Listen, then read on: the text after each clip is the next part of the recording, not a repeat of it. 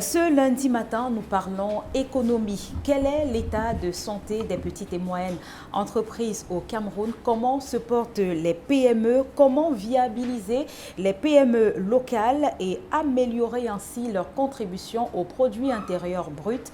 Voilà la question que nous allons poser à notre invité ce matin. Il est économiste. Il s'agit du docteur Dalvaris Ngoudjou qui nous rejoint en plateau pour nous apporter des explications concernant ce sujet d'actualité.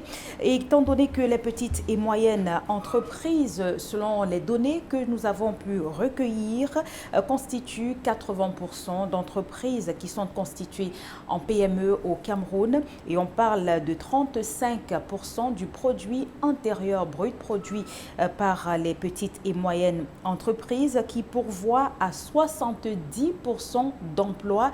Mais ces petites et moyennes entreprises continuent de souffrir du manque de financement, entre autres.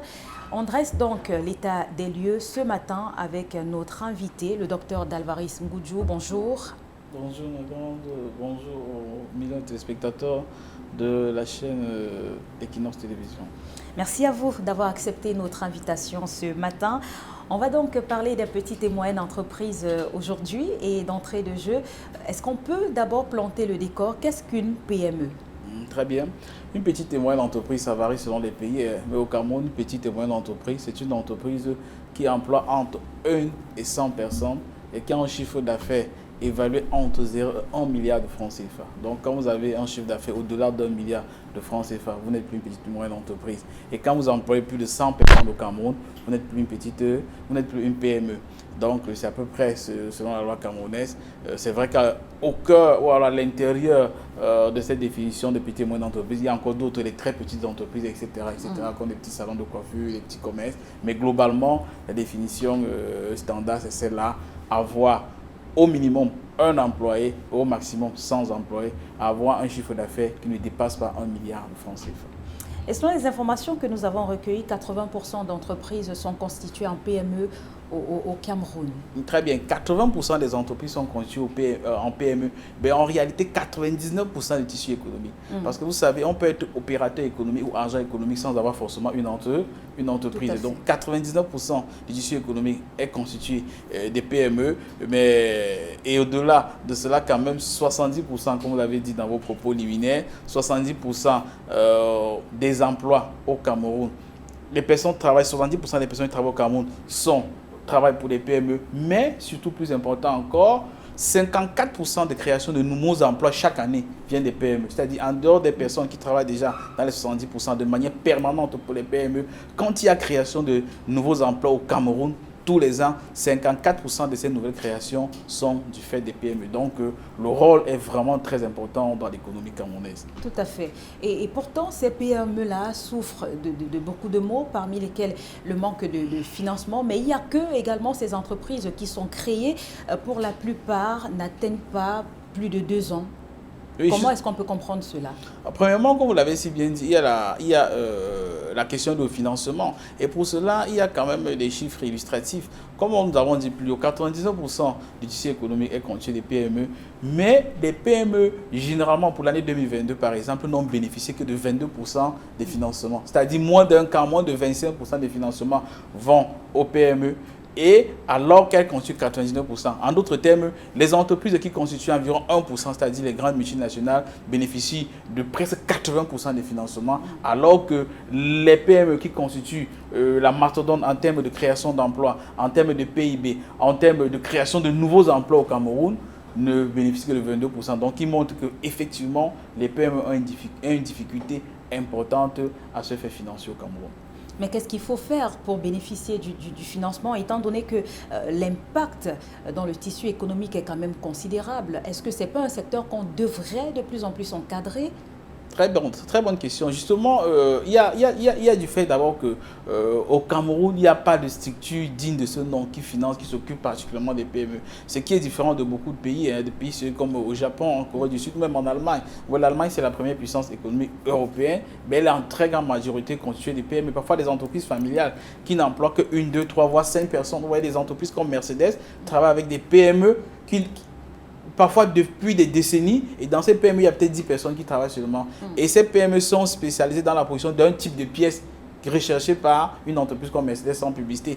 Donc, quand on n'a pas de structures qui encouragent ou alors qui participent à un financement explicite, c'est très difficile. Surtout qu'au Cameroun, une des particularités, c'est que les institutions financières bancaires demandent des garanties qui ne sont pas à la portée des PME. Une bonne partie des PME sont gérées par des jeunes étudiants, par des personnes qui ont une volonté de travailler. Mais quand vous leur demandez des titres fonciers ou quand vous leur demandez d'apporter telle ou telle garantie, ce n'est pas évident de pouvoir trouver cela. Déjà que même pour des personnes qui travaillent au Cameroun depuis des décennies, avoir un terrain d'open de terre avec un titre foncier, ça ne court pas les rues. Et quand vous demandez à un promoteur de PME jeune qui vient de sortir de l'école d'apporter ce type de garantie pour pouvoir bénéficier d'un financement, ça devient un peu plus difficile.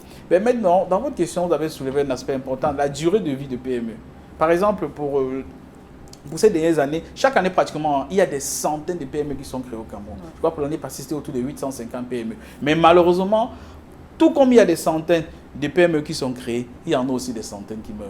Oui. Très peu de PME au Cameroun existent pendant plus de 10 ans.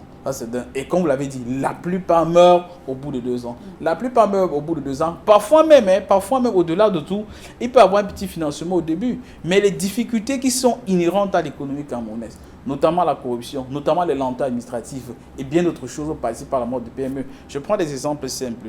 Vous savez, quand des PME effectuent un certain nombre de travaux pour l'administration et qu'il faille attendre 1, 2, 3, voire des années pour pouvoir être payé, quand vous avez même bénéficié d'un financement et qu'il faut attendre 1, 2, 3 ans pour qu'on puisse vous payer, généralement vous mourrez. Et du fait de la corruption, quand vous voulez parfois que certaines de vos factures passent au ministère des Finances, vous êtes contraint de céder une partie de ces factures-là, qui touchent parfois votre bénéfice juste parce que vous voulez prendre le revenu pour payer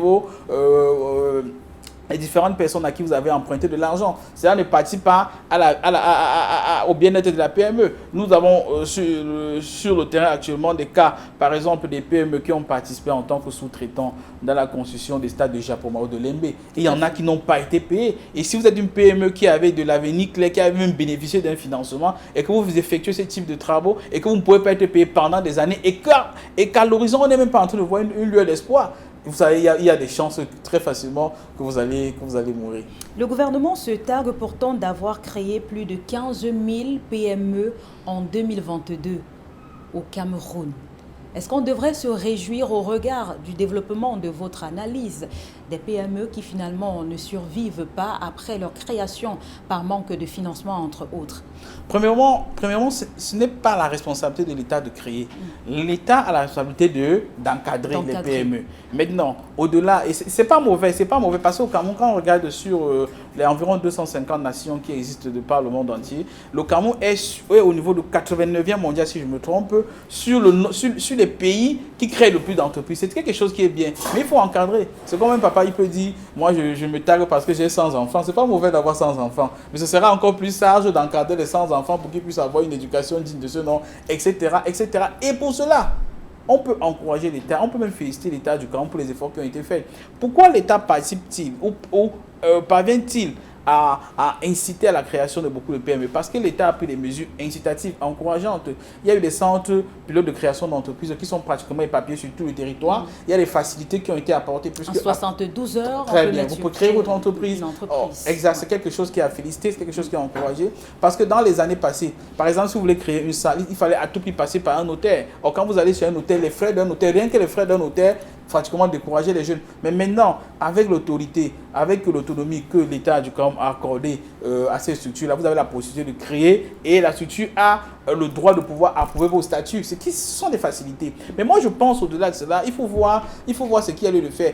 En dehors de la création, voir l'encadrement. Moi, je pense pour ma part que si l'État du Cameroun pouvait prendre disposition pour qu'à côté des structures de création d'entreprise, il puisse avoir des structures d'encadrement. Parce qu'il y a parfois des possibilités d'avoir des financements, même à l'international. Mais les promoteurs de PME qui sont jeunes ne savent pas pratiquement comment s'y prendre. Si vous dirigez dans un cabinet comme mon cabinet, le groupe Objectiva, ça devient plus difficile parce que les factures vont être énormes. Les factures ne sont pas forcément à la portée du jeune créateur d'entreprise. Mais s'il y a des structures à côté qui peuvent, je vais dire des structures gouvernementales, qui puissent aider ces entreprises-là, ces petites et moyennes entreprises, de dire, vous pouvez procéder par telle manière pour avoir un financement. Je prends l'exemple sans publicité. La régionale a bénéficié d'un financement de plus de 2 milliards à l'international par la SFI, la Société financière internationale, qui est la branche de la Banque mondiale qui s'occupe du secteur privé. Je vais dire, il y a des possibilités de financement à l'international. Mais si on n'est pas encadré, l'État qui a beaucoup d'informations, s'il n'est pas encadré, c'est très difficile de pouvoir s'en sortir. Donc pour moi, il y a c'est bien beau de créer, mais ce serait très important qu'à côté de la création, il puisse y avoir des structures qui accompagnent les PME. Mais au-delà, beaucoup de PME camerounaises fonctionnent avec des intrants, donc la matière première qui vient de l'étranger pour pouvoir travailler. Or, quand vous allez au port de Douala, par exemple, et que pour dédouaner, c'est pas quoi, vos intrants qui viennent de l'étranger à des coûts exonérables, à des coûts terribles, ça peut vous décourager. Pour sortir, il y a de cela quelques semaines, j'étais à Yaoundé, je travaillais avec la coopération allemande pour les affaires économiques sur un certain nombre de thématiques. Et force est de constater que parfois même l'État du Cameroun prend des textes de loi pour encourager les PME. Je prends par exemple au niveau des exonérations au niveau des douanes. Et quand vous allez au port, vous dites je veux sortir telle marchandise, et quand en réalité la marchandise bénéficie d'une exonération, parfois le responsable vous dit que allez dire à Yaoundé que ça ne passe pas ici. Pourquoi? Parce qu'il ne peut pas être à Yaoundé, il nous fixe des objectifs extrêmement élevés, et de l'autre côté, vous envoie avec les documents dit que vous bénéficiez d'une exonération. Est-ce qu'à côté, même dans la structure de suivi, est-ce qu'il peut y avoir une cellule qui peut vraiment aider les PME, et avec tous les éléments qui vont avec la pression qu'il peut avoir, pour inciter les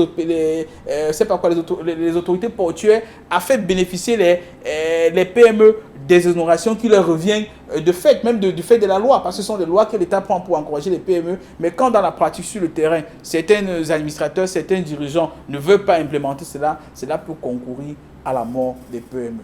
Alors qu'on parle de plus en plus d'auto-emploi, est-ce qu'on doit garder espoir finalement? Parce qu'on voit des Camerounais qui entreprennent, de jeunes Camerounais véritablement qui se lancent dans l'entrepreneuriat. Est-ce qu'il faut garder espoir et continuer de mettre sur pied ces structures-là en espérant avoir un changement demain? Oui, moi je pense que le Cameroun c'est un pays où il y a beaucoup d'espoir. Parce qu'en réalité, comme vous voyez, sur 250 pays, si nous sommes 89e mondial, ça veut dire qu'en réalité, beaucoup de Camerounais sont portés à créer des entreprises. Tout à fait. Il m'est arrivé de beaucoup voyager. Quand vous allez dans beaucoup de pays, même autour de nous en Afrique, la plupart des jeunes, quand ils terminent l'école, ils veulent être fonctionnaires. Au Cameroun, de plus en plus, cette idée ne rentre plus dans la tête. Oui. Les gens veulent créer leur entreprise. Je vais dire quelque chose, ça montre quand même que nous sommes sur un bon chemin, mais ce serait très important, moi je pense pour ma part que ce serait très important pour pouvoir atteindre les objectifs, au moins un minima, de refonder le système académique, le système scolaire. Nous avons des systèmes qui sont beaucoup plus théoriques, qui ne sont pas pratiques. Et pour cela, les États sérieux comme le Japon, vous savez, il y a cela 3 ans, le Japon a annulé beaucoup de sciences humaines qui n'avaient pas grand-chose à voir avec l'économie réelle, c'est-à-dire faculté de lettres, de ceci, faculté de lettres modernes, de lettres françaises qui ne peut pas mettre le riz dans la marmite, excusez-moi l'expression. On annule cela, on va à des valeurs pratiques. Est-ce qu'on peut avoir un bon menuisier, un bon plombier, c'est pas quoi, un bon électricien qui apporte une valeur ajoutée importante? Moi, je pense que pour moi, ce serait très important, au-delà de tout, qu'il y ait une refondation totale au niveau du système éducatif camerounais. Cela va continuer au-delà à la création des entreprises.